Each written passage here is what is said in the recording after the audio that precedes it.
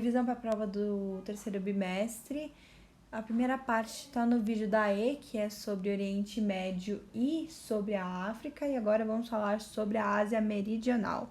Bom, a gente vai ter o Afeganistão, o Paquistão, as Maldivas, Sri Lanka, Bangladesh, Butão, Nepal e a Índia. Mas vamos falar principalmente da Índia, Paquistão e Bangladesh. Vamos comentar também sobre a Sri Lanka. Bom, quadro físico ao norte, nós vamos ter os grandes dobramentos, que eles vão ter suas origens na colisão de placas, então são dobramentos altos, e as placas são indianas e euroasiáticas, e alguns exemplos desses dobramentos são o Himalaia, Tibete e Pamira. Agora, no centro-norte, vamos ter o Planalto do Deccan, e no centro-sul, no centro-norte, vamos ter a planície fluvial indo-gangetica e no centro-sul o Planalto do Deccan. Uma característica muito importante do quadro físico da Ásia Meridional é o clima tropical e principalmente o clima de monções. O que são essas monções? Essas monções são ventos, que eles vão acontecer em alguma época do ano, uma certa época do ano, então são ventos periódicos que eles vão soprar entre o continente e o oceano. Agora falando sobre a formação territorial, principalmente da Índia. A Índia é bem grande, é o principal país da Ásia Meridional. As suas fronteiras são por causa do seu processo de dependência da Inglaterra e por causa de alguns conflitos e diversidades étnicas e religiosas. Agora falando sobre os conflitos, vou começar falando sobre o conflito da Sri Lanka. Sri Lanka é uma ex-colônia britânica, hoje é o maior produtor de chá do mundo. E assim, o que acontece na Sri Lanka? A maioria é budista, grande parte da população é budista e a minoria é hinduísta, que eles são chamados de Tamil. Então, essas pessoas hinduístas, elas vão ficar na periferia, elas vão ser excluídas, então elas não vão ter acesso ao poder. Então, essa minoria, ela quer poder, ela quer a inclusão social no seu país. A gente vai ter alguns grupos terroristas que querem, né, o separatismo, querem se separar de Sri Lanka, como os Tigres do Tamil, que são os principais, mas eles só atuaram até 2009, entre 1980 até 2009, porque o seu líder morreu pelas forças. Bom, o segundo conflito é o da Índia, Bangladesh e Paquistão. A Índia, como eu disse, é uma ex-colônia britânica, ela pediu sua dependência da Inglaterra, só que ela fica muito próxima do Paquistão. Então, só que há uma divergência religiosa entre esses países, porque o Paquistão tem a maioria muçulmana e a Índia tem a maioria hinduísta. Então, o Paquistão vai querer se separar da Índia, só que a Índia não quer que o Paquistão se separe, porque é muito importante, né? Fora que vai anexar um território maior para a Índia, é importante economicamente, porque a região do Paquistão está perto das mananciais de água que estão perto do Tibete e do Himalaia. Então, é importante economicamente e principalmente na região da Caxemira. Então, há um conflito, uma corrida nuclear. Houve, né? Agora nem tanto, mas havia uma corrida nuclear entre esses dois países ao longo da segunda metade do século XX. Caxemira até foi chamado como uma região de barril de pólvora. Então, foi uma coisa bem feia, assim. E só que agora deu uma acalmada, tá tudo melhor, assim. Só que agora, atualmente, os grupos islâmicos e hindus, eles estão meio que promovendo novos conflitos e causando mais divergências entre os dois países. E Bangladesh foi um resultado da independência do Paquistão Oriental. Agora eu vou falar sobre o Punjab e o Sikh. Acho que assim se pronuncia, se estiver errado, desculpa. Então, o Punjab é um estado indiano que a população Sikh tá, e o Sikh é uma seita hinduísta e islâmica. Então, é meio termo ali, né? Agora falando um pouquinho mais sobre a Índia, vai focar, né, principalmente sobre a Índia. A Índia tem muita gente na Índia, até tem, né, planejamento familiar, um controle de natalidade, mas não adianta não tem sucesso aqueles planejamentos, tem muita gente na Índia, previsto para crescer ainda mais. Então, esses formigueiros humanos estão localizados principalmente na planície indo-gangetica e no litoral ocidental. Na Índia também tem bastante diversidade, não só econômica, mas também a diversidade religiosa. Algumas potências e centros urbanos industriais é Nova Delhi, Mumbai, Calcutá, Islamabad e Dhaka. A Índia claramente tem problemas, não é um país, né, totalmente desenvolvido, tem problemas de países subdesenvolvidos, como a pobreza, alta taxa de mortalidade infantil, baixa expectativa de vida, analfabetismo, entre outras doenças, entre outros problemas. Atualmente a Índia é emergente.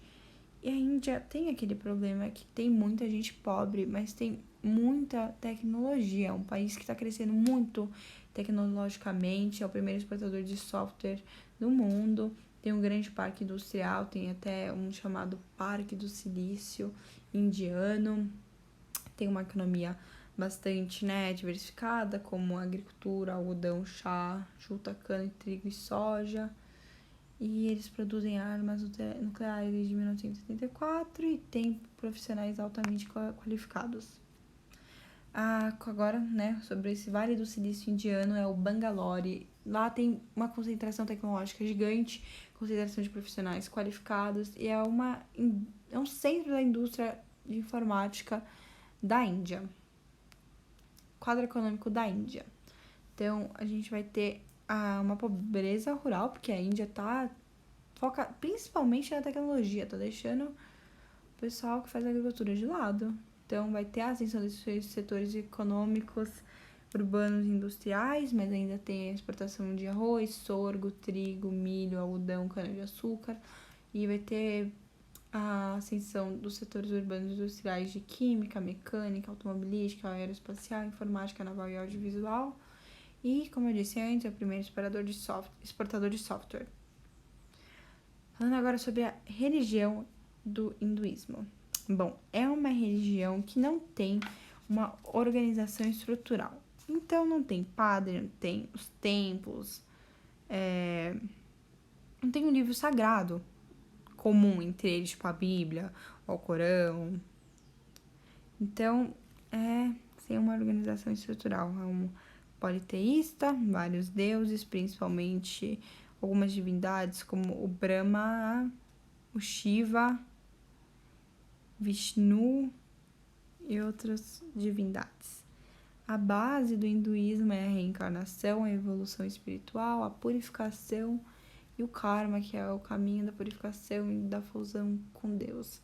Guarda bastante sobre a reencarnação, sobre a purificação e a evolução espiritual. Bom, a gente tem o Rio Ganges, que é bem importante para eles, porque vai ser usado para a purificação do corpo, e lá o gado bovino é sagrado. Bom, agora sobre o sistema de castas. O que acontece? Na Índia, mesmo que seja extremamente condenado pela Constituição desde 1950, ainda há o sistema de castas.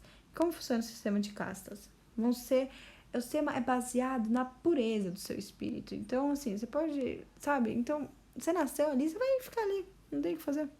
É uma sociedade estamental. Então, você nasceu um Brahmane, que é o mais puro, entre aspas, você vai continuar um Brahmane ali, todo mundo vai te adorar. Mas se você nasceu um Dalit, o pessoal não vai querer nem dividir a mesa com você, não vai querer frequentar a mesma escola que você.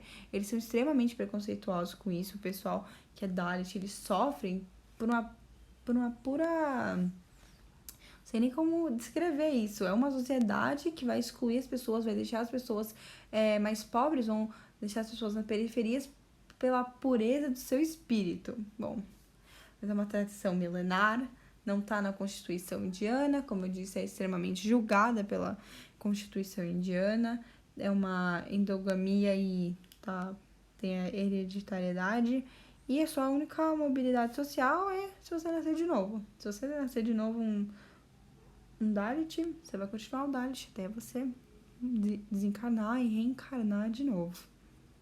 Bom, agora a gente vai sair da Ásia Meridional e a gente vai para o Sudeste Asiático.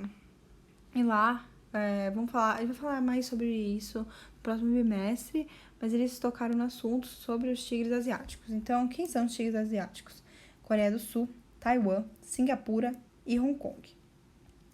Então, o que esses tigres asiáticos têm? Eles são extremamente bons tecnologicamente, eles são, assim... eles estão na ascensão tecnológica, assim, demais, desde a década de 70. Lá eles têm mão de obra barata, qualificada. É uma jornada de trabalho bem cansativa, então eles trabalham bastante, mas... Tanto que esses países têm fama, né, uma fama muito boa dos seus setores industriais, então lá também tem o incentivo fiscal. A gente vai ter também investimento na infraestrutura das empresas que esses tigres possuem, principalmente o investimento capital japonês. Então, vamos ter como consequência o grande crescimento econômico, o desenvolvimento tecnológico e melhorias na condição de vida. Agora, falando sobre Taiwan. Então, teve a fuga do antigo governo chinês de 1949, Taiwan foi protegido pelos Estados Unidos. Então, na questão de Guerra Fria, os Estados Unidos começou a investir em Taiwan, então ele aproveitou esse dinheiro. E hoje Taiwan, eles se representam como o verdadeira representante do povo chinês. Eles se declaram chinês, mas a China não considera eles parte da China. Para eles são uma província rebelde. Agora, para finalizar, a Península Coreana. A Coreia foi ocupada pelo Japão, mas aí houve a guerra. E depois foi ocupada pelos Estados Unidos e pela União Soviética, a Guerra Fria, aquela coisa toda. E depois foi dividida na altura do paralelo 38 ao norte. Em 1948, a Coreia do Sul e a Coreia do Norte, elas conseguem se tornar independentes, mas depois tem a Guerra das Coreias, que vai delimitar, né, a divisão entre esses dois países.